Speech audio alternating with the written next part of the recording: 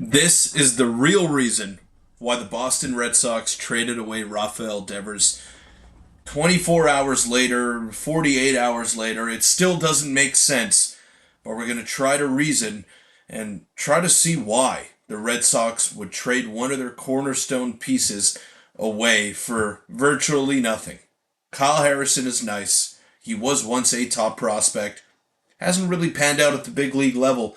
Maybe he can turn things around. He's 23 years old. But even if he does turn it around, you traded away a perennial all-star, a guy that has been one of the best hitters in baseball over his entire career, and you did not get equal value, despite what some models say. We'll break it down and much more on this episode of 3 Up, 3 Down.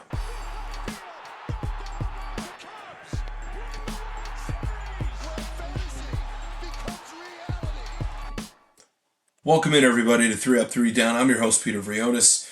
Hopefully, you're all enjoying the playoff baseball, not playoff baseball, playoff hockey, playoff basketball. We're getting into sort of the mid-season mark of the Major League Baseball season as well.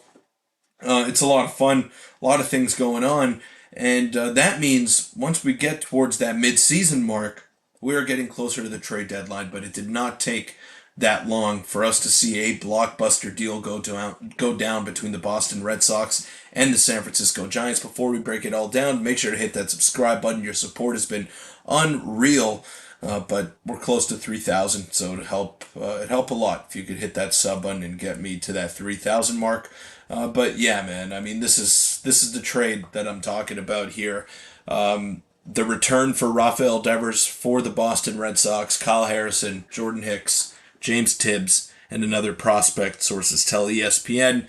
This happened late Sunday night, so we're still kind of ironing out the feeling of the fan base and waiting for some more reaction. But when you trade a guy with numbers like this, who has finished top 15 in MVP voting a handful of times, it just begs the question, why would you do it? And there was so much pressure for the Red Sox to get a deal done with Rafael Devers because they traded away Mookie Betts for nothing as well.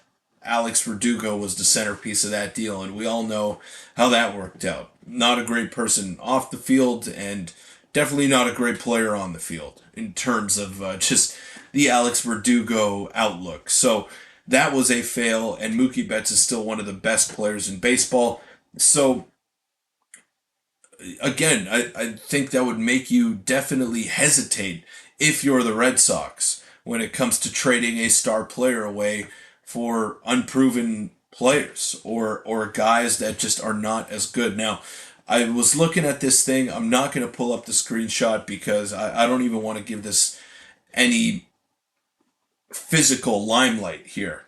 But the Red Sox, it was actually a steal for them, according to this model, because of the money owed to Rafael Devers, because of the position that he plays. He's going to DH. He's going to probably play some first base with the San Francisco Giants. So he's not a third baseman anymore. That spot is taken by Matt Chapman, who is a Gold Glover over there, who is not going to move from that position. So Rafael Devers is probably going to be first base or DH for the majority of his tenure with the San Francisco Giants. So that is the reason why this was considered an overpay by the Giants. It's because of the positional or lack of positional versatility that is for Rafi Devers, and there's just I don't get it. I don't get it. Numbers like these, I'll take that on my team any day. And the Giants, I mentioned it in yesterday's video, they've struck out multiple times on free agents. They were not able to get the players that they wanted. We thought that they had Aaron Judge, according to John Heyman, a few years ago, and that ultimately didn't end up happening. So they've struck out. They have definitely flashed some money and wanted to be big players in free agency, but it hasn't necessarily worked out for them. They got Willie Adames this past offseason. They got Matt Chapman signed to a long-term deal. They've been making some splashes. Jung Ho Lee coming over from the KBO was a very sought-after prospect, and the Giants won those sweepstakes. They have made big time runs at big time players. And it hasn't always worked out, but at times it has worked out. And I guarantee that this one will work out. It's not a hitter friendly ballpark in San Francisco. That's not news to anybody that watches baseball, but Rafael Devers is going to rake. He always rakes. He's one of the more consistent hitters in baseball, which is why I still don't understand why Boston would trade him away. Now, you could make the case that there was some friction between him and the front office. That's all fine, but you already signed him to a long term deal. He was going to be a Red Sox for life, and you screwed it up. 5 years after trading away Mookie Betts, again for virtually nothing. So this is not some rinky-dink team we're talking about. It's not the Athletics who are not spending money. It's not the Tampa Bay Rays who are not spending money. This is a big-time player in free agency. This is a team that makes the most or some of the most money in Major League Baseball. Like they are iconic. They are one of the richest teams in the game today and always have been, always will be. But for whatever reason, they have not wanted to spend money lately, and they just thought that it would be okay with the fan base if they were to just unload Rafi Devers for a bag of peanuts. And no disrespect to Kyle Harrison and Jordan Hicks, but these are the stats that we're talking about here. Harrison is 23 years old. I believe that there's still more room for growth there, and I'm not necessarily worried about him and his future in Major League Baseball, but a 4.56 ERA, and he's no spring chicken either. Like he's had more than a cup of coffee in Major League Baseball. Jordan Hicks, who signed that big deal. You don't want to spend money. You don't want to sign guys. Well, you just took on one of the worst contracts in baseball. And it's not that much money when we're comparing it to Rafael Devers, but Hicks was signed for starter money.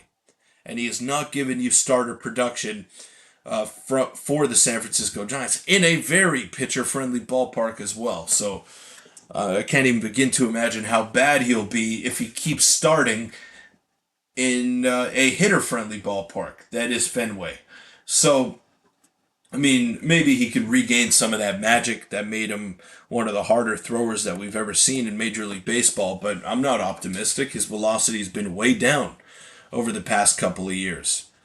So I don't know, man. This deal to me, it stinks. It stinks from a Boston perspective. And all of those models that are saying this is an overpay for San Francisco, it's not. Because you're getting yourself an all-star, a walking 850 OPS, and you have the money to spend. So it's not like there's a salary cap and you're handcuffing yourself for a decade. This is a deal that the Giants wanted to pull the trigger on. They had the money available. So there's no way that this doesn't work out. Devers is a professional hitter. He is one of the best hitters that I've seen, at least in this decade. So this is crazy to me. For a World Series champ, the disrespect is unbelievable. There could have been some friction between the front office and him, but I just do not understand how you pull the trigger on this kind of deal if you're the Red Sox. It's really stupid. Let me know in the comment section down below, and I'll see you all tomorrow.